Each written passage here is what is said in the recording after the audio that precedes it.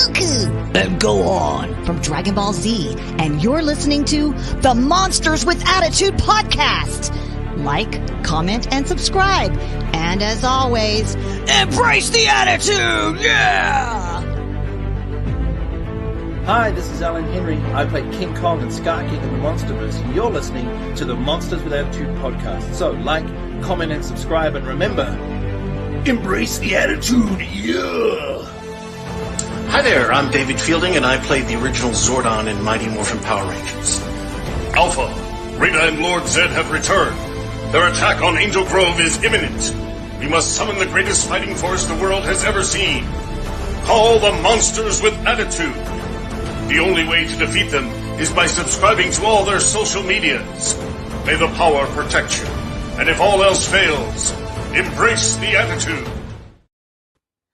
What's going on, Monsters with Attitude? It is I, your hostess with the mostest, Joe, followed always or accompanied always by my brother from another mother, the easy one, Easy E, Eric Stolp. What's going on, brother? How are you?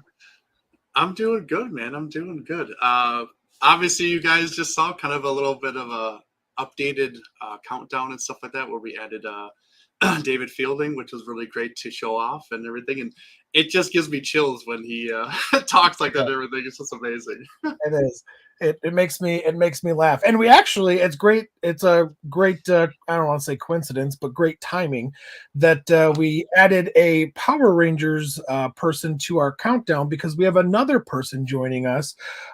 Somebody whose works you guys are absolutely familiar with. I wrote down just some of them because the list is quite extensive.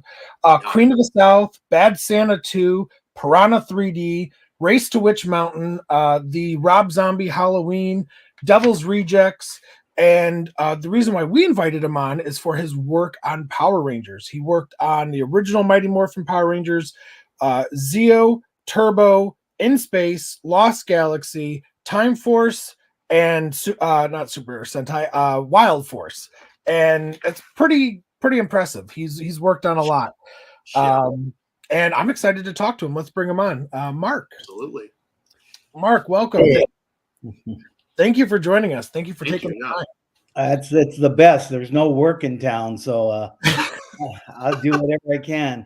Is it folks? I'll come and make a prop for your kids. I love that. We'll send out your email and stuff so people can get a hold of you. Yeah, is that because of the SAG-AFTRA strike? Is that correct? Yeah. So we had another strike that was it cleared up 3 weeks ago, but it was just massive, huge strikes. AI strike, all production just got shut down. The show I'm currently working on is The Old Man with Jeff Bridges and John Lithgow, and it airs in September. The second season. It's really good. If you guys can watch it, it's really good, and hopefully that's coming back. But right now, I got my friend doing those low budget horror films. I'm going and throwing blood on people. I'm doing anything to keep alive here. But the work's coming back. But yeah, it's been really bad. I've been selling at the swap meet. I'm just whatever. Yeah.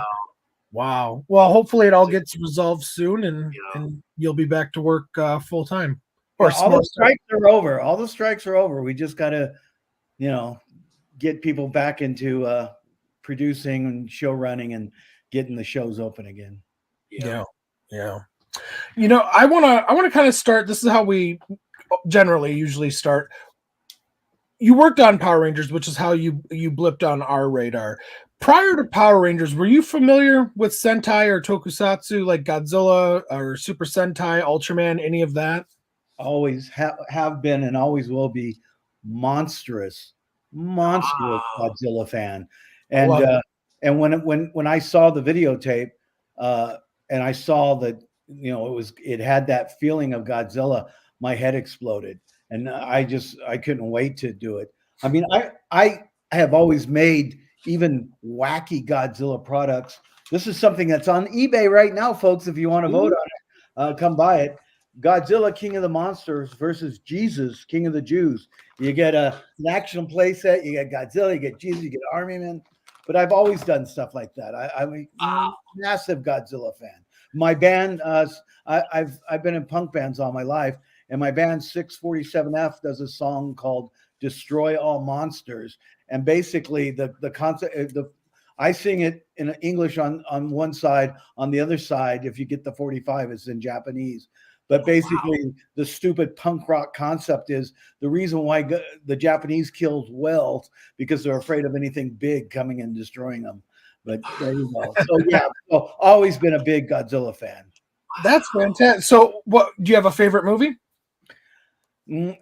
I gotta go with the original Godzilla. The original Godzilla was, for the Japanese to make that film, to say what they were saying, I thought was ballsy. And it's like, when you look at the Wolfman and Dracula and Frankenstein, Godzilla's right next to him. It's on a Universal film, but it is a classic monster, and he's right with them. He's in between the Mummy and the Creature of Black Lagoon. There's Godzilla. It's a classic film. The only thing is, when they did the remake, I was hoping they would get because Raymond Burr, to make it an American version. Do you remember what Raymond Burr's name was? Steve Martin. Steve Martin. I would have loved if Steve Martin would have played Raymond Burr in the remake. That would have been fantastic. That'd be wonderful. That would have been, it would have been great. Even like just a cameo or something, That'd be fantastic. Yeah. Did you watch -1? Yes, I loved it. Yeah, loved it. Yeah, it felt like the return to its roots. Yeah, it's it's definitely, if right next to the original. It's right there with him. It was fantastic. I loved it. Loved what it did for Godzilla. Made Godzilla a household name again. I loved it. Yeah, I agree. I love the fact that you said that Godzilla's right up there with the Universal monsters, because we as fans have probably felt that and believed that for a long time, but I don't think it's been until maybe the past 10 years or so, maybe a little bit longer, but that he's really gotten the recognition, or started to get the recognition, that I think that he deserves. So, well, like, I'm a Monster 60 kid. I grew up, when the black and white Universal monsters hit the television sets, and I lived for them. But when you watch creature features, it would be tonight Bride of Frankenstein, tomorrow Godzilla versus King Kong. So they put all those Godzilla films with all these the late night horror hosts or the morning it was perfect. And we loved it, always have. Yeah.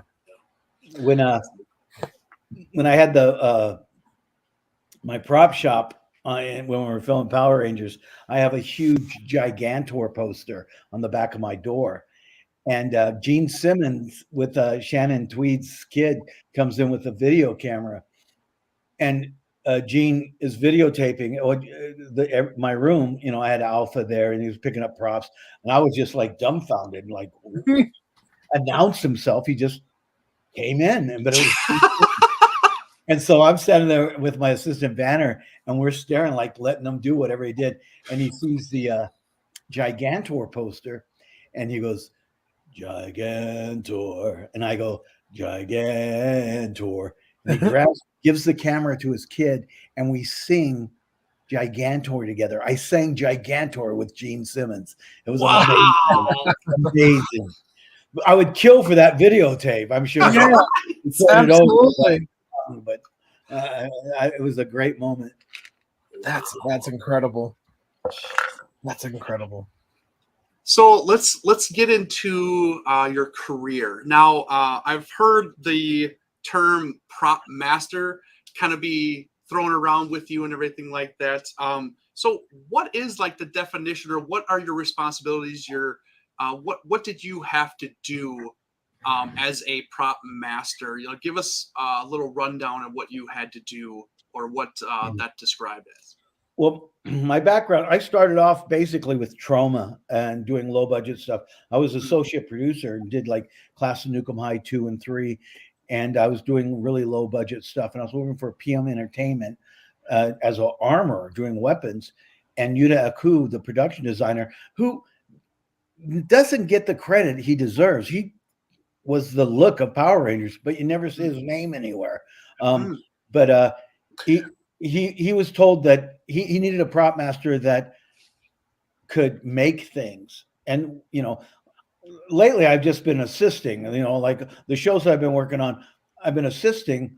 I'm an assistant prop master, but making 10 times more money. You know, I was prop mastering, I think it was House of the Dead 2. And my friend Scott Buckwell goes, Mark, how much are you making, honestly? And he was doing the Prestige. He goes, you're going to make 5 times the amount of money working with me as doing, but I loved being the prop master, being the guy. But yeah, I've been doing a lot of the big shows, but I haven't been prop mastering the big shows. Gotcha. But when Yuta called me, I was doing late night weapons shows, and I just couldn't make the interview for Power Rangers. And, you know, Jim Lotfi, who had did the pilot, told Yuta, we need Mark the whole time. When they were doing the pilot, he goes, hey, we're doing a pilot. We want to get you over here. And I was on a show and I couldn't leave the show because on weapons is a different story. You know, I can't get sick. If I'm doing weapons on a show, you just have to be there. And, you know, we've seen the disasters from bringing on unprofessional armorers. But when they started the series, they really want you. And finally, Yuta calls me up and goes, listen, Mark, either you show up tomorrow or we get somebody else. And I showed up the next day and they gave me the videotape, saw the videotape, my head exploded.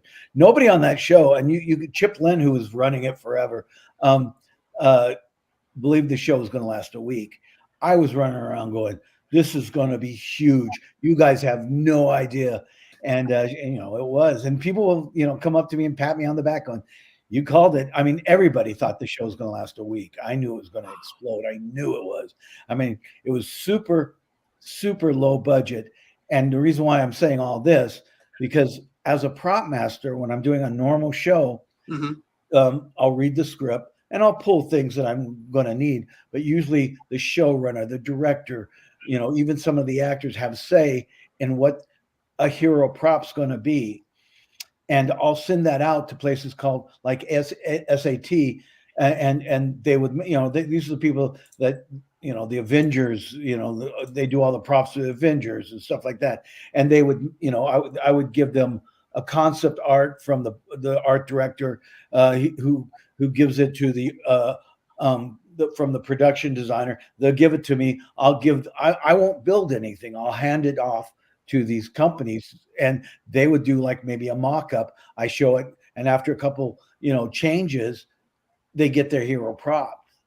That's the way things are done. That's the way things done in Hollywood. That's the way films are made.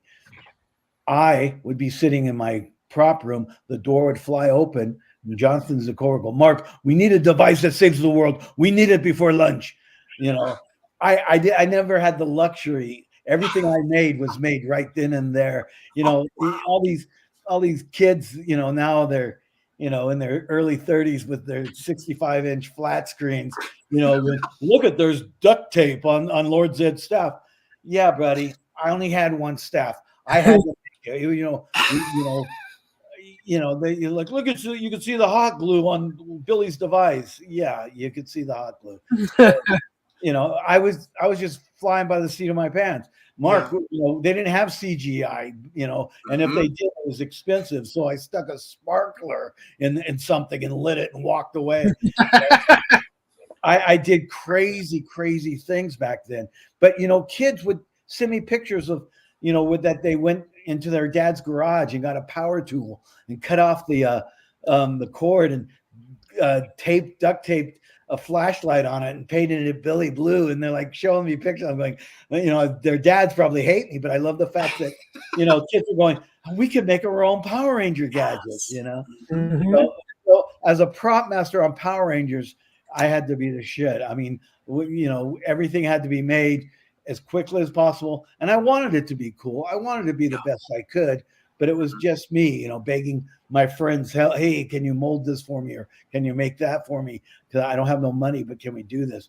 And so that's the reason why a lot of the props, you know, I mean, I didn't think of this, but I thought it was brilliant that the prop master on the pilot used the toy morpher and the toy gun for the show. So we didn't have to come up with one, you know, they used the toy And and I don't think there's any other show that does it. I mean, if you go buy a Batman utility belt, sure the hell not going to be the same exact thing that Batman used on the film. And I love that. I love the fact that that toy was what the kids could buy that we used. I have no idea why they put Mighty Morphin Power. They should have kept it just, and hey, kids, you can look me up. It's on eBay right now. If you want the original stickers that the art department designed and made by the same company, I sell them on eBay. So look me up. Just look for Morpher stickers. I also sell the coins from the original molds. I try to make a buck off Power Rangers now, but I do sell stuff. I used to throw hero props at people when they bring their kids over. Now I see that stuff on eBay for 10 grand. Yeah. Every once in a while I'll find something in storage. I go, oh my God, it's like Raiders of the Lost Ark, or oh my God, this is a key prop. But those days are getting far and few between. Yeah. So this is great. I love this, but I want to know before we dive too deep, what started your journey into wanting to be a prop master? Like when you were a kid, was there something, or was it you were doing something else in Hollywood and someone said, hey, you're really creative, you'd be great doing this? What's the original? I never, everything I ever made without a necessity and not creativity, it's just right place at the right time. I'm sure anyone could have, came up with a cooler version of the communicator. We just needed it. But, I'm a SAG actor, and, I'll get like the one part, and my father and I owned a pawn shop in Huntington Park. And at a very young age, I had a right to carry permit. I had a weapons permit. And, I was in punk bands all my life. And I'll be an extra playing a punk. And then, they'd get these other kids that are supposed to be with, that had bigger parts. And then fire guns like, this and I would get in with the prop people and say, hey, if you need, you need me to tear your guns apart or clean it. And goes, I tell them who I was, what I did, and that was an act, blah, blah, blah. Yeah. And, they would go, hey, let's get that punk. He knows how to fire a gun. And so I would get roles that way. But yeah, I mean, I was just and I'd get like one line or, like, let's go get him, that kind of thing, kind of films. And, the movie would be done and it would take another 8 months before I got another role. But, the prop guys were working all the time. And so I said, need any help? And I kind of did it that way. And with Trauma, I was with Eric Lazelle, and he was making these really low budget films. And he, pretty much just, took me on as like, just do whatever you want to do, Mark. I was literally doing Trauma films where they would walk up to me and he'd go, hey, go over there and do something scary. No, do something, do something funny that's scary. And I would take a camera crew, some background extras, and do wacky stuff on those films. It was fantastic. Now, my day, I get paid a shitload of money, but I'm moving chairs, I'm here, I'm not, very seldom do I get involved in the process of filmmaking on the big budget films. On low budget films, once again, I'm, do whatever you can, Mark, but those, I don't make any money. I do that just for the fun of it, and I do love doing it, but I sure the hell didn't plan on doing it. It just kind of fell in my lap. So you were talking that like when they brought up the pilot for Mighty Morphin Power Rangers, they immediately knew you, they wanted you. And why is it? Why did they want you? Like what did they know about you? They're like, oh man, we need Mark Richardson because he's the man, and this is the direction we need to go with. It was a guy named Jim Lotfi that was one of the producers, and his parents basically run Morgan Creek, who had done some extremely low budget films with me. And he was looking at, he's the one that was like telling you to, no, Mark can do this. You need somebody that makes stuff on the fly and stuff. So, and that's how I got it. It was, and Power Rangers itself is lightning in the bottle. It was just they did everything wrong and it came out right. Now people are looking at it, as adults, they're going, "Oh, this is ridiculous," But as a child, it was just wonderful. It is super ridiculous, but I honestly think that's one of the things that we love most about it still to this day. You talked about like people would just come in and be like, "Hey, we need this device that's going to save the world, and we need it in 2 hours." Is that how things were greenlit per se, or did you actually get some outlines or notes of saying, "Hey, like this is what we're going to do in this season," or was it literally just that spontaneous? There was with the Japanese, we had Japanese breakdowns, and they had the hero props and stuff, but it got more and more American and more, I think the writers just assumed that we had, I don't know, that because I don't know, they just assumed that we could make whatever they wanted, but I didn't have the money, so I just did it. But don't get me wrong, a shower radio with a flashlight and a slinky on it, spray painted Billy Blue, will save the world on Power Rangers. So it's not like I'm making some hydraulic, magical thing that we did. I made a couple things that I lucked out and it came out cool, but most of the stuff was just thrown together. I love that. I mean, it kind of goes. Sorry, Eric, I'm cutting you off here. It kind you hear the stories of even on like the original Star Wars, like the original lightsaber hilt is like a flashlight or something like that, and I forget all the different things that they use that are just like normal household items. They just kind of repainted them and spruced them up a little bit. Yeah. One of my. What I'm sorry. No, go ahead. Okay. So a lot of the stuff that I got were at garage sales and swap meets and stuff like that. And I remember, like second season going to the same swap meet and them selling posters of the Rangers and them holding the device I bought at, parts of that I bought at the swap meet, but that swap meet.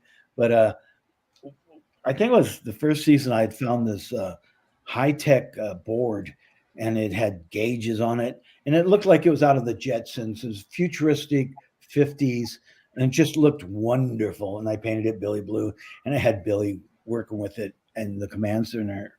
And years later, we found out that the Church of Scientology was upset because we were using their ministers' meters. That when you go to Scientology, they do this thing to, see what you're about and stuff. And that's what it was. It was a stolen Scientology. And I'd used it. I loved it though. But on the back, it did say for whatever churches on, use only. But I'm punk rock. Wow. Yeah, and you hear the stories that you don't want to cross Scientology. Yeah, I know.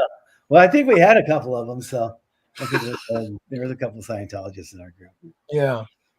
So I'm just curious. Like, so anytime they came into the room and they're like, "Hey, we need this," and you made something, did they ever be like, "No, we want something different"? Like, did they ever just like deny your stuff? Like, no, go back and do it again, or do something else?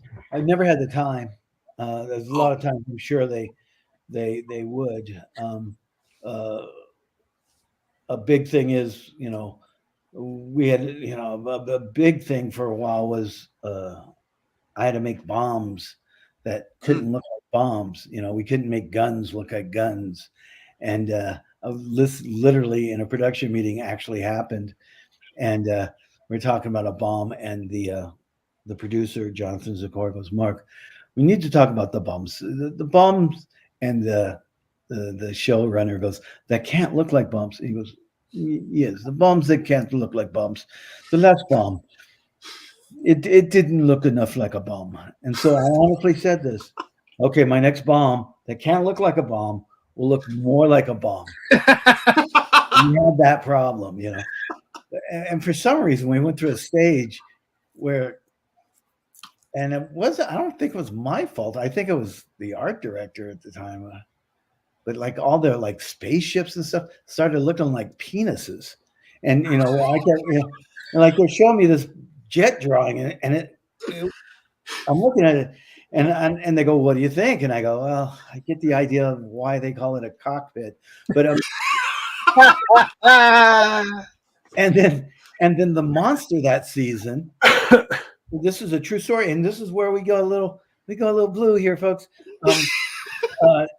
Scorpina, I think, her father was this giant spider, and they thought it would be creative to make its mouth sideways. Yeah. Jonathan goes, "Mark, what do you think of this monster?" And I go, "Yeah." And she goes, "Doesn't it look like an angry vagina?" Yeah, I go, "But that makes it even more frightening." And he goes, "Well, what should we do?" And I go, "Well, maybe you should disguise it with a beard." And he goes, "Oh, maybe." "Oh, no, don't do that. Don't do that." So yeah, we had that going for us.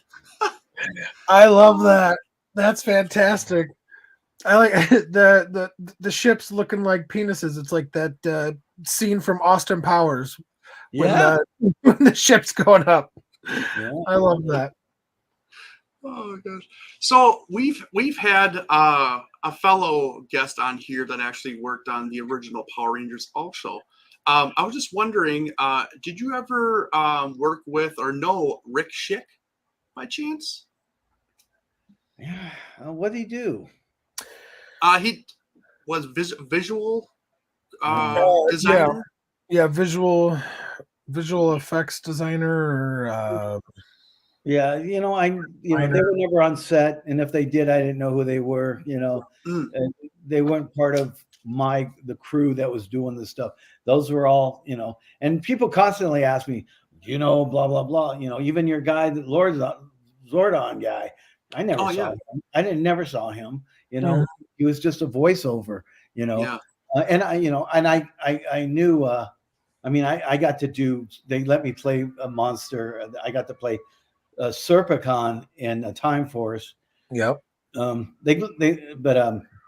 I hung out with Scott, who passed away, who was our sound guy.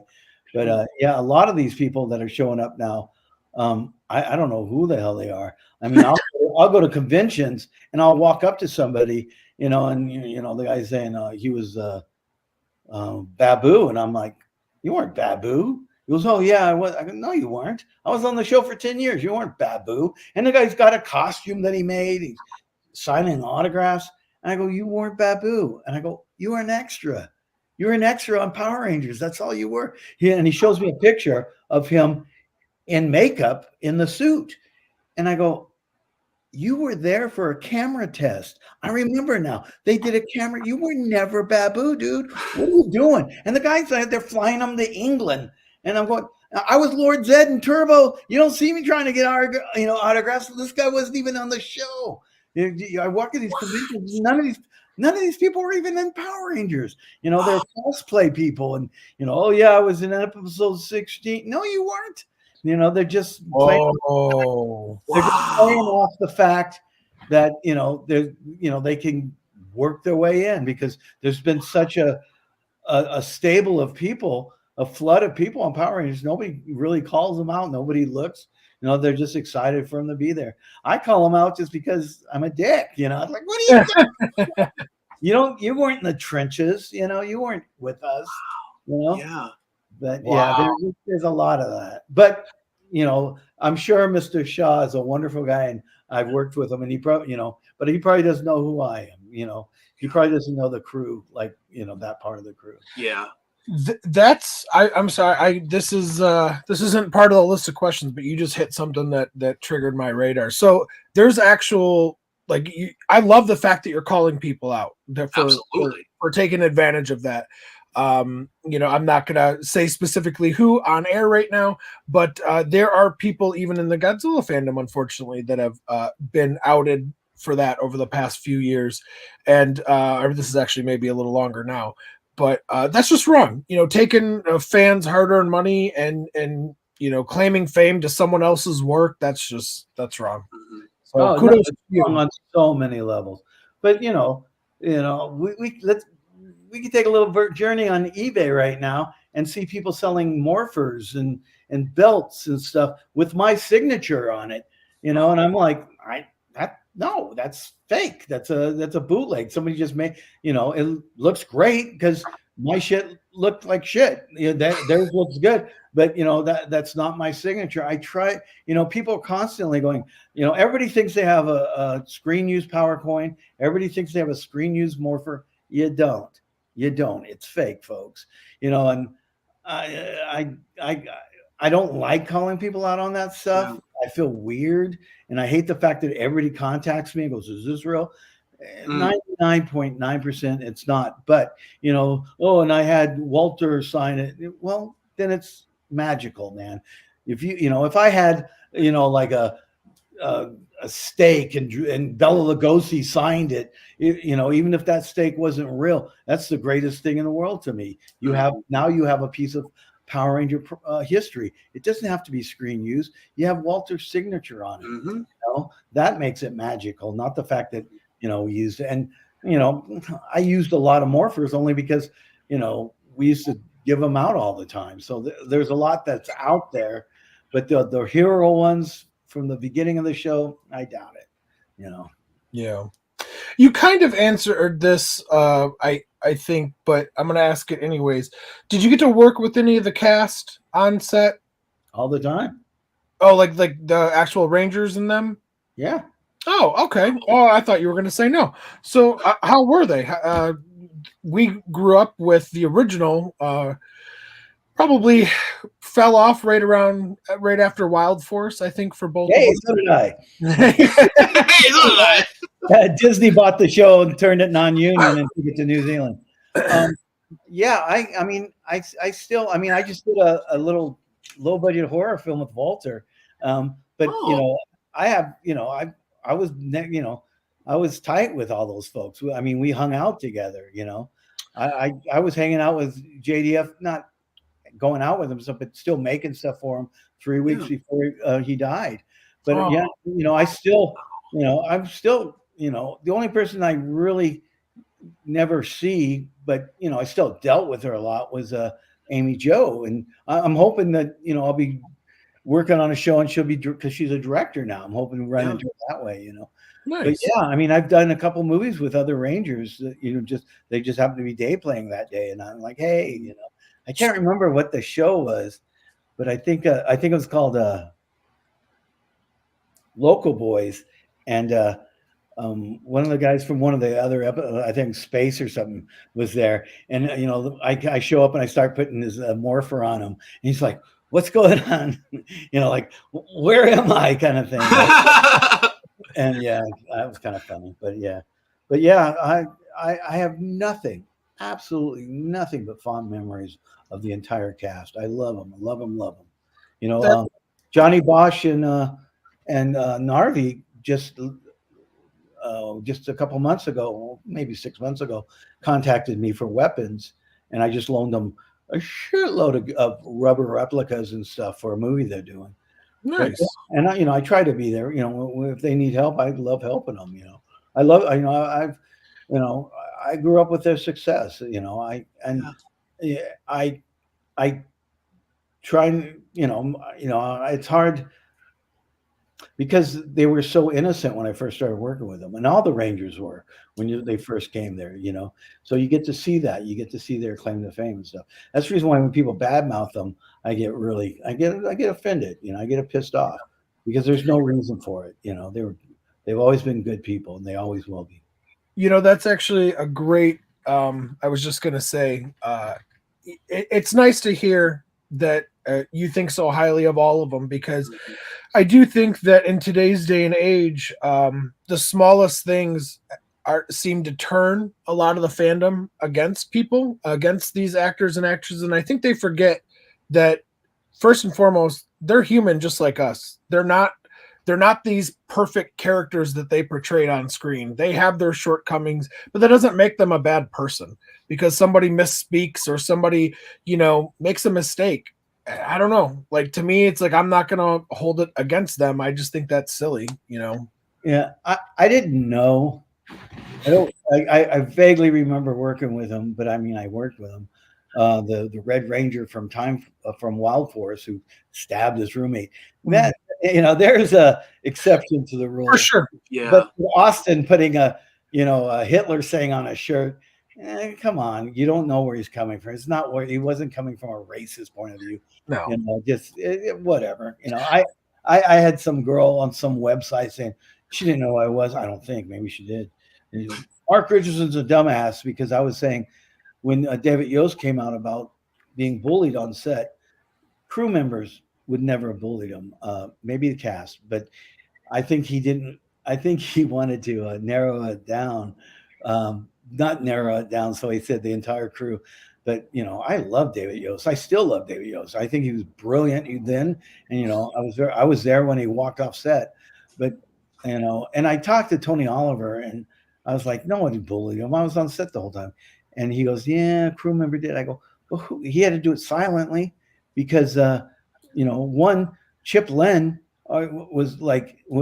Chip Lynn's one of those fucking lumberjack gay guys, you know, that if you say anything anti-gay, he might smack you across the face. You know, he was that kind of guy, or at least fire you, you know. And and I adored Chip Lynn, but you know, I wouldn't want him pissed off at me. Yeah. So, and not to mention, you know, we were like, you know, I mean, now it's really bad, but then you do that, you're gone. You're gone. You don't have a job. Yeah.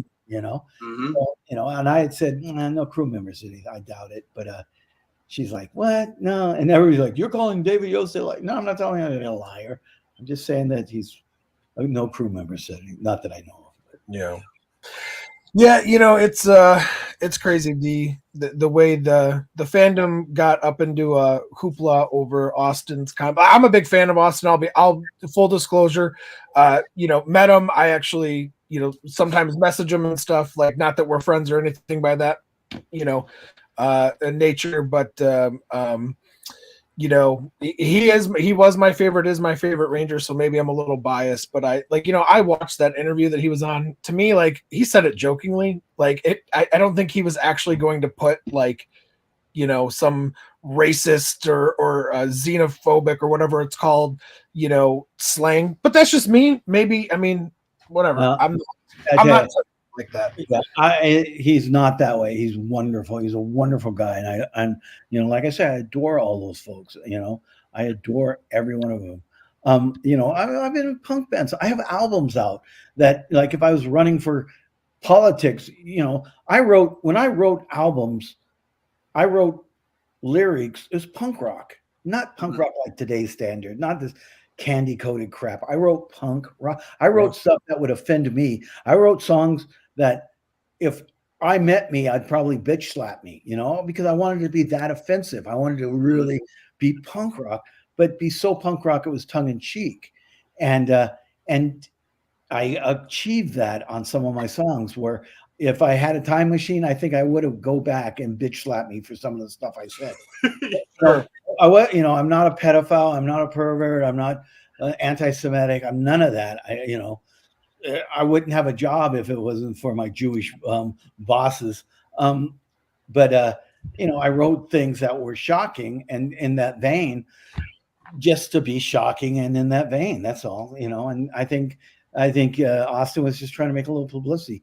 Remember when a CD would drop and that rapper would get caught with a gun, or there's always some kind of big publicity to get their name in the lights, you know. And I think Austin might have been going for, let's get my name up there and sell some clothes, you know. It was a trick.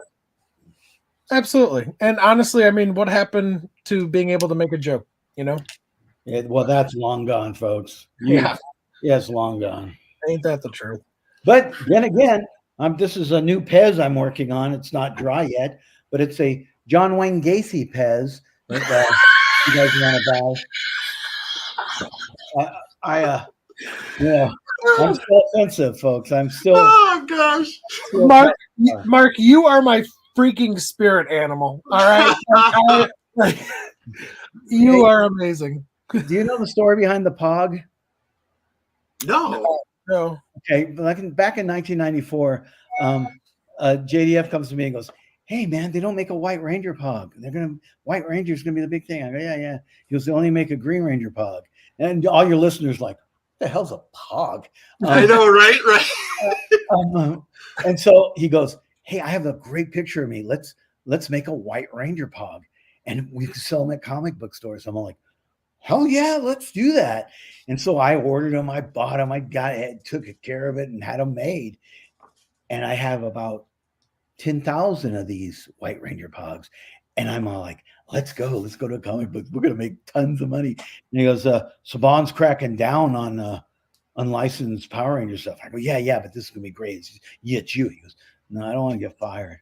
Oh, Jason, I have 10,000 of these pogs. He goes, I'm sorry, man. So now when you buy the White Ranger coin from me, you get one of these GD pogs.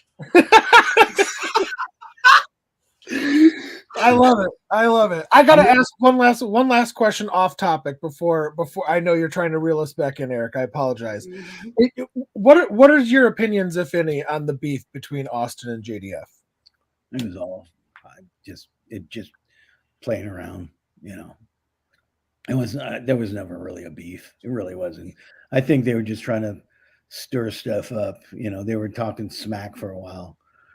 But JDF was badass, man. JDF, whew, you go out with that guy, you know, he had a lot of fun with people, and he was a tough guy. He was a badass, but he had a really great sense of humor.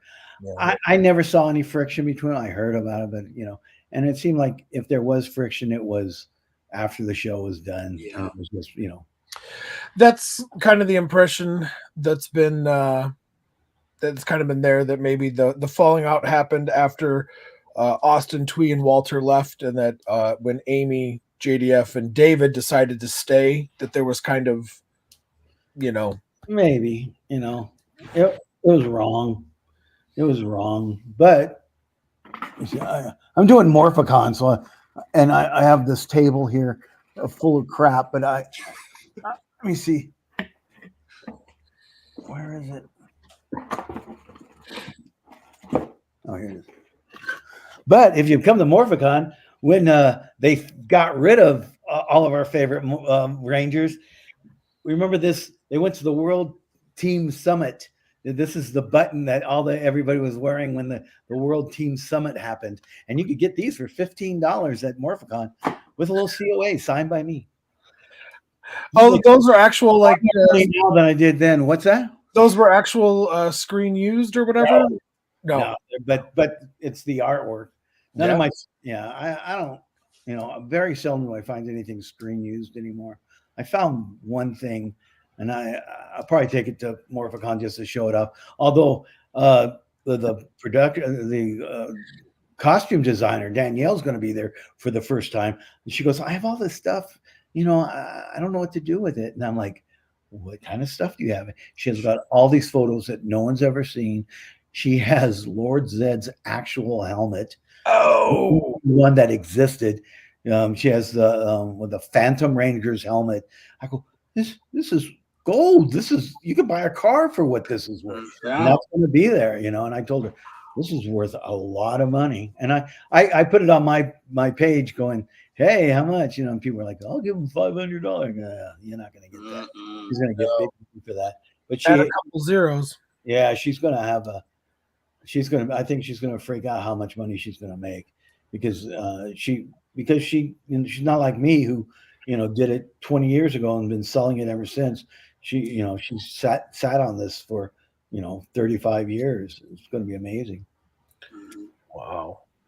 That's incredible. Sorry, go ahead, Eric. I'll keep asking random questions. So to me, we'll get back on track here. Just quickly, so we've been talking about your props and everything and stuff that you made. Like, what is the one prop that they came out of nowhere and was like, "Hey, we need this now"? And what was the earliest or the fastest that you had to make it for them to get it out there? It's all a blur, but I remember they asked for some ridiculous. I mean, one of the things that was ridiculous when Diva Talks had a submarine, and every time there would be a cup of water and the submarine periscope would have to come up. And so I always had to make gags with periscopes coming out of water and stuff. That was kind of a pain in the ass. I almost got my ass kicked by a monkey on doing that. Me and Banner were under my assistant Banner were under a table at the juice bar, and they have one of the ridiculous soda drinks, and they're talking, and Bulk and Skull turned into monkeys, and the monkeys were sitting at the table, and the periscope pops up. I'm underneath the table, popping the periscope. Oh yeah. And the monkey looks at the periscope, it's like, and looks under the table and looks at us, and the trainer, who is mean, he goes, "Don't make eye contact. Don't make eye contact." I'm under this table going, "I'm making eye contact." The monkey stared at me like, and he had to pull the monkey because he was pissed at me for popping that periscope. But I remember like some type of, it was some orb that had to open up and light up, and everything had to be practical. And I remember Koichi, the stunt coordinator, going, "Yeah, Mark, make that." I mean, like, you can't make that. And there were times that I didn't. It just fell flat on my face. But I made it. I remember I made it, and like there was like this, like, oh my God, I fixed it. So one thing opened up, and the other thing opened up, and it turned bigger. And wow, I mean, I did it physical effect like that, and I pulled it off. That was cool. But there was a guy I worked with on PM Entertainment who ended up directing an episode, and like we're in a production meeting, and he wanted I think I can't remember the name. There's a name for it where it's like the mousetrap game where you put something, one thing falls, and Dan Goldberg effect. Yeah. And he wanted that, and he wanted it almost like an ET phone home kind of thing, that Bulk and Skull have it, and they're trying to talk to aliens. Well, the problem is it played the next day, and I go, I can't. How can I make this elaborate effect? And he goes, "Just do the best you can, and I'll fix it." And so I got a train set, I got a Christmas light. It just looked horrible. And I've never seen this episode. I'm not sure what they did, but it just did not work. And then I remember the guy going, "This is stupid." I'm like, "Of course it is." You gave me 3 hours to build something phenomenal, and it's not gonna happen. It's just not gonna happen. I have my limitations. So you were saying about how hard it was for Divatox's periscope. Was that the most difficult thing you've ever had to do, or is there something else that was harder? There's a lot of things that just didn't work. I remember when Bulk and Skull were supposed to have, I made these shark helmets, and at the last second, I think the producer Jonathan Orr was directing. And he goes, "Mark, get in the lake. I want the shark helmet to be like it's a shark swimming back and forth." And I'm like, I made this all out of foam. There's no way I can't stick. It won't. I'm holding my breath, trying to. I need weights. Oh, it's just but there's a lot of that. A lot of things that look good on paper. I never had the chance to really try it out. And a lot of times I could only make one, and it busted the first scene. So I'm in there. We have this type of glue. It's called Hot Stuff and Kicker. It's a glue, but it has an accelerator that dries real quick. So I'm throwing it all together and just looking like hell. But there's a lot of that, just because, like I say, we were making up as we go. But there are a lot of props were difficult, especially when they're going to that food fight scene where, somebody had to get hit in the face with pie or food, or, and if I missed it, it was a 20-minute cleanup. And it was me always throwing the food. That was always difficult. When it worked, it was great. When it didn't, it was a disaster. Mm-hmm. Mm-hmm.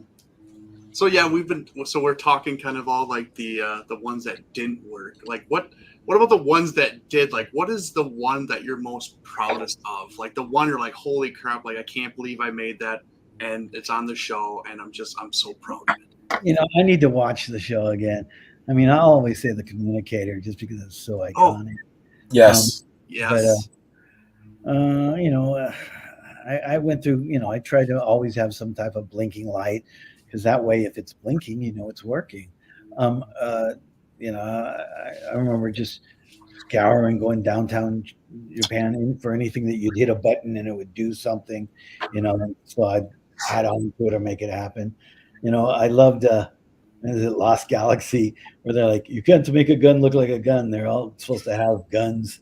And so I was at the 99-cent store, and I was looking at one of their water jugs. I'm like, oh my God, if I turn this, put a Nerf gun to it, this barrel works, and all their guns are water jugs. And if you look at them really closely, you'll see where it says 1 gallon on the gun. And I made 100 of those. They're running around in Starship Trooper outfits with those. Yes. Luckily, there's air on those planets. So you've talked about your most difficult, the thing you're most proud of. Is there something where you're like, man, I wish I had a little bit more time. I could have changed this, or I could have improved this because the idea was there, but you just didn't have the time to complete it? Yeah, I mean, like I say, necessity, not creativity. I always wanted to make it cool, but then again, that say stuff to me afterwards, and I just like one of the spaceship ones. Jonathan Zakor was the director, and there's supposed to be this ship log, and so I found like a really nice aluminum binder, and I scuffed it up and aged it down and stuff because it's hundreds of years in the future. And he goes, Mark, I need to talk to you about this. This is not a ship's log. It should be like leather and old. And I'm like, yeah, for the 1800s that would work. But I go, this is old for this ship. It's future. Think of the future. He goes, oh, the kids are not going to get it. And I go, there's a train that's going to be fighting a purse that turns into 2 giant robots right after the scene. Do you really think they're going to worry about this captain's log? Yeah. He's like, well, reality on that show was ridiculous. They'd get upset about the stupidest things, but if the Japanese had had it involved in made something ridiculous, they were cool with it. Well, it was Japanese. There are a lot of Japanese. There were some screwed up episodes where we couldn't use. Like there was one where this monster had handguns, and they had them attached to their kids' heads, and he was going to kill them all. And these little kids are running around with, guns to the head. Or we had this hooker monster, and when its power grew, its boobs got big. I mean, there's they're complaining about America being too violent, but the Japanese stuff is insane. But we had a higher crime rate, so we got funny. Yeah. I love it. So we've been talking a lot about your work, and obviously you do props and everything, and now you've been doing this for 40 years. I did Power Rangers 40 years ago. You've been doing it even longer then. So you're talking 50, 60 years now. I'd say 50. 50. Okay. Yeah. Even greater than what I even thought. And you're in the industry where everything is more computer generated, digital kind of thing. Do you feel like that industry kind of needs to come back to more like practical effects, props kind of thing to make it kind of more interesting instead of always just being digital or computer graphics? Well, I mean, I think we've proved that always digital, and it turns it into a video game. When you look at the new Mad Max series where they do practical effects, or even the new Alien where they do practical effects, and they throw in the CGI to make it just to clean the gaps. That's where I think that's the way it should be, because there's a movement or there's a look that you need for those films that just for some reason work. With the way computers are, they might be able to capture the human touch, but they still never have. When you look at when we were just going through that CGI disaster, where instead of one demon coming out of hell, it's going to be 10 million, and it just looked ridiculous, and all those shows just suffered from it.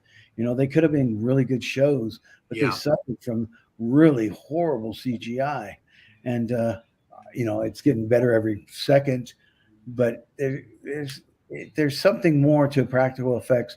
Still add that little CGI in there, give it a little push over the edge, but I still think that practical effects are the way to go. But who sees? I just can't see Jason running through the woods as a CGI character, unless it's the video game. And they're going to need an actor for that stuff.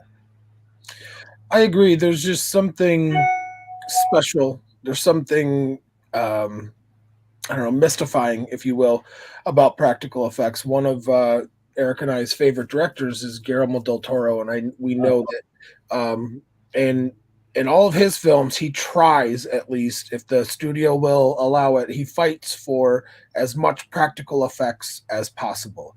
Not saying that there isn't CGI in there and stuff like that, but he tries to do as much practical. And to me, I just think that I really wish that Hollywood would go back to practical and use CGI as just the touch up, just to, finish those little points, or to maybe blend it a little bit more, or do like the little, to do the add on instead of it being all so CGI heavy. But that's just Yeah, no, it's the way to go. It seems like every time they do that, they're very successful in the films. yeah.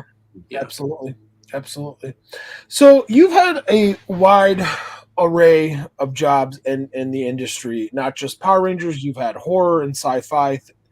Out of all the things you've worked on, what project do you think best showcases your work, or are you most proud of out of everything? I mean, Power Rangers only because my work's in it and stuff. But like, I love what I did on Conner Chronicles. I loved what I did on Queen of the South. I mean, there's a lot of shows I loved working on, but I think those shows, like, what I did with weapons on Queen of the South, I thought, was really good because we were under so much pressure and we're doing so much guns. And, and we're talking, every weapon you could think of, fully automatic, stuff like that. So I was proud of that. And I had a lot to do with that. But yeah, I think I'm going to always fall back on my gravestone. It's going to say prop master on Power Rangers for the first 10 years. It's just it seems like that's my go-to thing, no matter how many great shows I work on. That's what I'm known for. But I just like, only because I had such a major footprint on that show.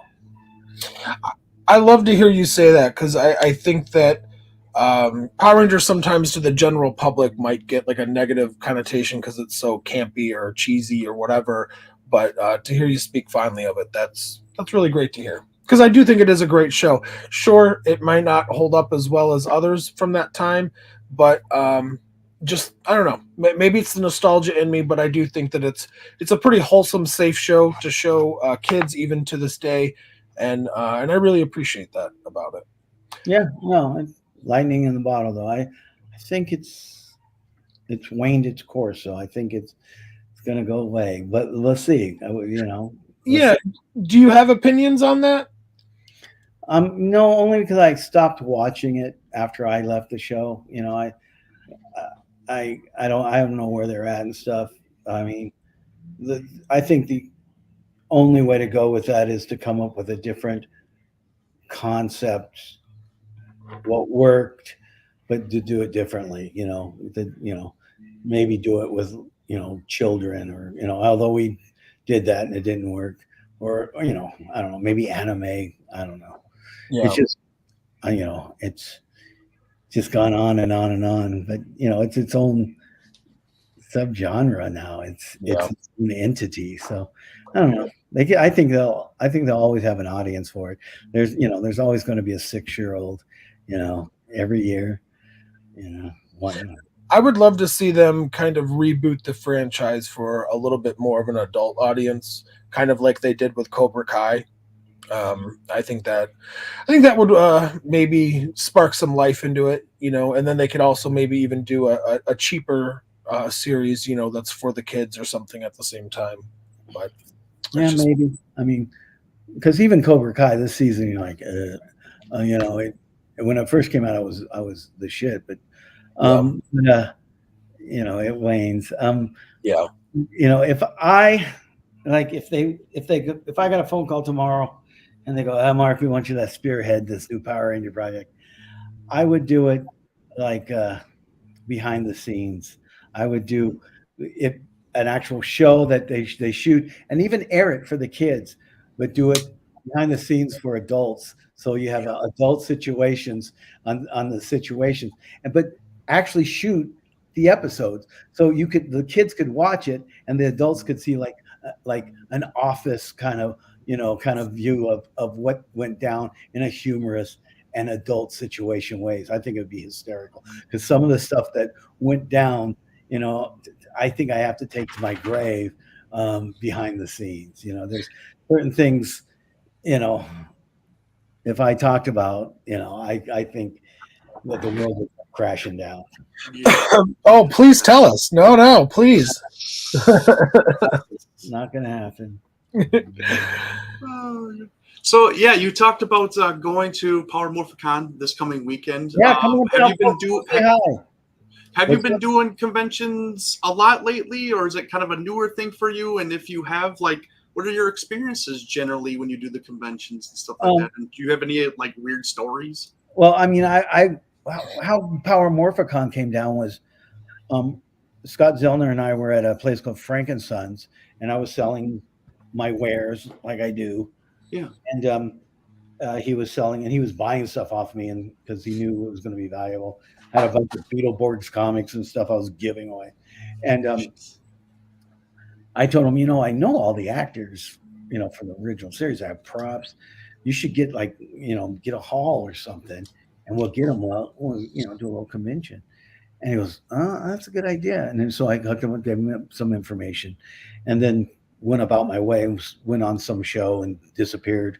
And a lot of times when I go on shows, I'm in Georgia, or I'm not Georgia, but New Orleans or Texas or something. I'm trying to do a project in Georgia right now. But I get a phone call, and I'm in the hospital, and I'm getting knee surgery, and it's Scott. And he goes, "Hey, Mark, come on down. I'm doing a Power Morphicon." Great. What the hell's Power Morphicon? I'm calling it. You're calling what? Remember you talked me into doing this like convention? He goes, it's really popular. People really like it. And I can't do it. I'll do it next year. But I was like, when I came down, I was like, wow, this is really good. You did a good job, man. You know, give me some money. But it's a royalty rights, yeah. Yeah. I started off, and the reason why I was pushing him on this is a friend of mine, Evan McGar. We started off doing horror conventions during all this, and to this day, I think someone's used the name since, but I had the name originally, Necronomicon, like the coolest convention name ever, the convention that can't be named. And my friend Evan, in his insight, he wanted to go to like really nice hotels and places where people could stay and go there. And I'm like, no, that's not punk rock. That's not horror. We need to find these year-round haunted houses and do it inside it so it's creepy as hell. People are getting scared and stuff like that. And so we did it 3 times in California. Nobody came. Nobody came. And so he changed over to like North Carolina and all these other places. And I couldn't go because I was working. Yeah. They're huge successes. They're monster successes now, and they're exactly how he wanted it and exactly how I didn't. And I'm supposed to be in North Carolina this weekend, and I have forgotten about Morphicon, so I'd rather stay home instead of flying in there. Yeah, definitely. Yeah, I do. I you know, and if anybody's listening on your podcast that wants me at a convention, will fly me out, give me a room, I'll come do it.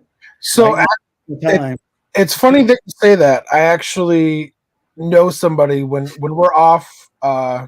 Send me your email or a way to contact you. I think could set you up for All Monsters Attack with somebody.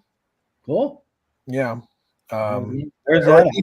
Or at least pass your information along, and I don't know if they exactly how it works, but you know, it's in Chicago next year. Oh, wow. Home of Svengoolie. Yes. Mm-hmm. Yeah. Yeah.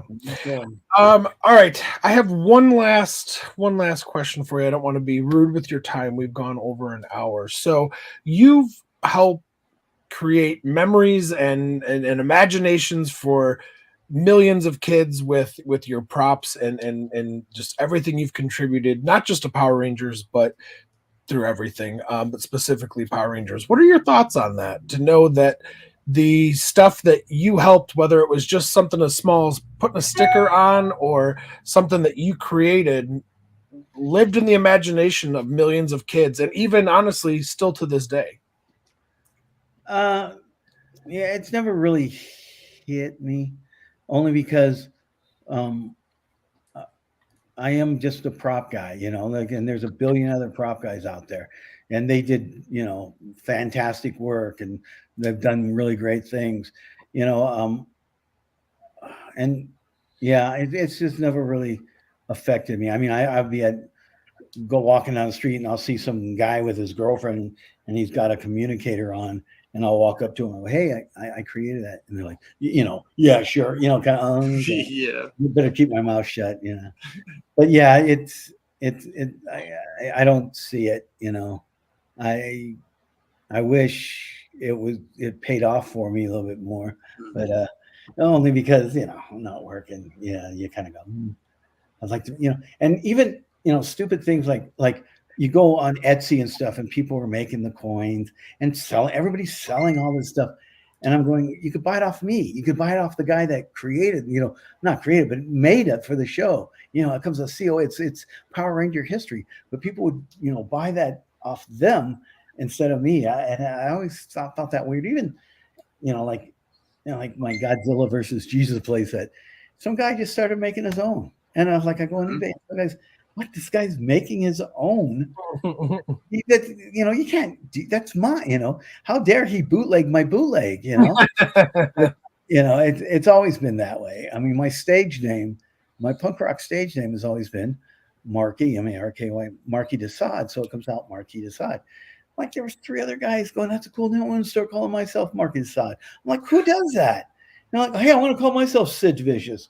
What? You don't do that. It just, so I never got the ego boost that seems like it should be there. When I tell people, I was Lord Zed in Turbo. Yeah, sure you were. No, I was Lord Zed. I just had to lay in bed and rock back and forth, but I was Lord Zed. But I never, I don't know. But you guys, it's enough for you guys to want to talk to me, so that's absolutely good. And I can push my wares. I'm thrilled that I got the opportunity to be, one of the misfits to work on Power Rangers. And I'm always going to talk highly of it. And I never had a bad experience. And it was a wonderful time, a wonderful show. Everybody on that show wanted to do good, wanted to do, great work. The original wardrobe girl just passed away, but she was doing the Mandalorian. She was the head wardrobe of Mandalorian. Yeah. So a lot of people went on to really, Ivory Staten, who did the monsters, he called me when I was on Sarah Connor. He goes, hey, you want to meet Steven Spielberg? And I go, what do you mean meet Steven Spielberg? He goes, come down here. Because I was at Warner Brothers, and he was on the set of War of the Worlds at Universal, and I go, hey, what's going on? And he was one of the head guys in the costume doing War of the Worlds back then, and he goes, just stand right there, because he knew where Steven was going to shoot the scene. So I'm standing there, and right next to Steven Spielberg, and shaking my head. That was really cool. But people on that show have gone on to greatness, and so that's cool. And watch The Old Man, everybody, on Netflix. Jeff Bridges, great guy. John Lithgow, fantastic. Huge fans of Jeff Bridges and John Lithgow. They're amazing in everything they do. So you're going to Power Morphicon this weekend. You want people to watch The Old Man on Netflix or Hulu? Did you say Netflix? Netflix. Right. Wait, it might be Hulu. Oh, I'm horrible. The Old Man, look it up. Yeah, The Old Man. Look it up. Do you have a? You mentioned an eBay account or a way or social media that you want to plug? On eBay, I had a really cool horror page, and it got shut down because of my selling stupid things. But you can always go on Secret Society of Spooky Stuff on Facebook. It's Secret Society of Spooky Stuff. Just print it out, it'll show up. If you want it, and I post stuff for sale. You could, always get a hold of me that way. Secret Society of Spooky Stuff. Okay. But yeah, and whatever. You can show me your power coin that somebody sold it to you, saying it was screen moves.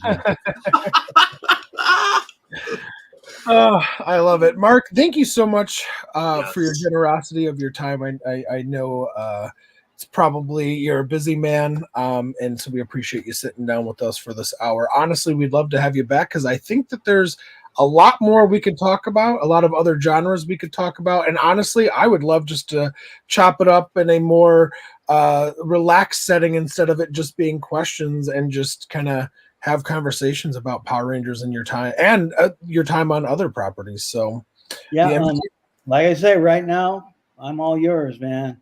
I don't see I don't have a job in the horizon, so I'm available.